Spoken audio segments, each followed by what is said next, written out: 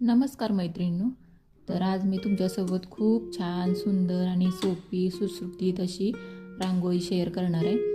तर नक्की तुम्ही बघा कशी आहे रांगोळी, आणि कलर भरल्यानंतर तर खूप छान दिसते. तर तुम्ही पण नक्की ट्राय करा ही रांगोळी. आणि ॲक्च्युली ना, काल मी असंच यूट्यूब बघत होते, तर मला तिथे कसे म्हणजे गुरुजी आलेले, तर त्यांनी असे ना सांगत होते रांगोळीच्या बाबतीत. तेव्हा तर मी ऐकलं, तर म्हटलं तुमच्यासोबत पण ते शेअर करावं. तर ॲक्च्युली ते काय सांगत होते माहिती आहे का, तर उंबरठा पूजन करताना आपण म्हणजे कपड्याने कधी उंबरठा पुसायचा नाही. तर नुसतं असं ना पाणी शिंपडायचं आणि ते तसं सुकू द्यायचं, आणि नंतर तुम्हाला काय करायचं असेल म्हणजे रांगोळी काढायची असेल तर वगैरे काढायची.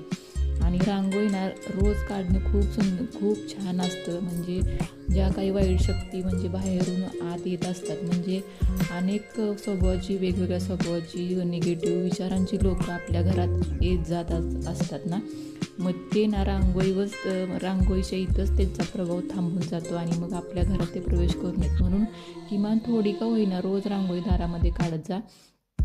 आणि ॲक्च्युली त्यांनी काय सांगितलं माहिती आहे का, तर ते ऐकून मला खरं खूप हे वाटलं, पण आता ती पण गोष्ट मी तुमच्याशी शेअर करते.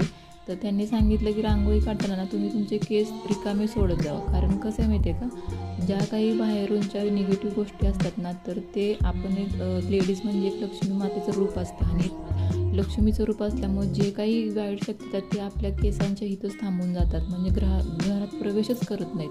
म्हणून ॲक्च्युली ते तर आपल्याला पॉसिबल नाही आहे, पण किमान थोडे केस रिकामे सोडून थोडीशी क्लचर जरी तुम्ही पाठीमाग असं लावला ना, तरी खूप फायदा होईल. आणि ते गुरुजी खूप असे नावाजलेले आहेत, त्यामुळे मला तर त्यांच्या गोष्टी म्हणजे पटून गेल्या. मी आता ट्राय करणार आहे त्या गोष्टी. आणि काय हरकत आहे ना, आपल्या घरासाठी आपल्यासाठी जर ते पॉझिटिव्ह काही होणार असेल तर या गोष्टी फॉलो करायला. त्यामुळे तुम्ही नक्की हे फॉलो करा. आणि ही बघा मी अशी रांगोळी काढली आणि त्याच्यामध्ये कलर मी फिल केलेत.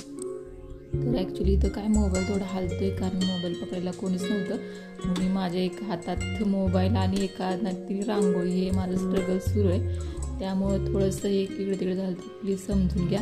आणि जर माझी रांगोळी आवडली तर माझ्या चॅनलला नक्की सबस्क्राईब करा, लाईक करा, शेअर करा. आणि मैत्रिणींनो, मी खरंच तुमच्या कमेंटची वाट बघते, कारण काहीच हे नसताना मी एक नवीन सुरुवात केली, तर मला वाटतं की तुमचा सपोर्ट खूप गरजेचा आहे माझ्यासाठी. आणि जर तुम्ही सपोर्ट द्याल तर मी अशाच म्हणजे साध्या सिंपल रांगोळी, जे तुम्हाला ज्यांना येतच नाहीत, पूर्ण काही ज्यांना अजिबातच येत नाहीत रांगोळी काढतात, तर अशा म्हणजे खूप सोप्या रांगोळी मी तुमच्याशी शेअर करेन, की जेणेकरून तुम्ही काढू शकाल रांगोळी. तर मैत्रिणींनो, ही पण रांगोळी तुम्ही ट्राय करा. ॲज अ बॉर्डर म्हणून तुम्ही ट्राय करू शकता.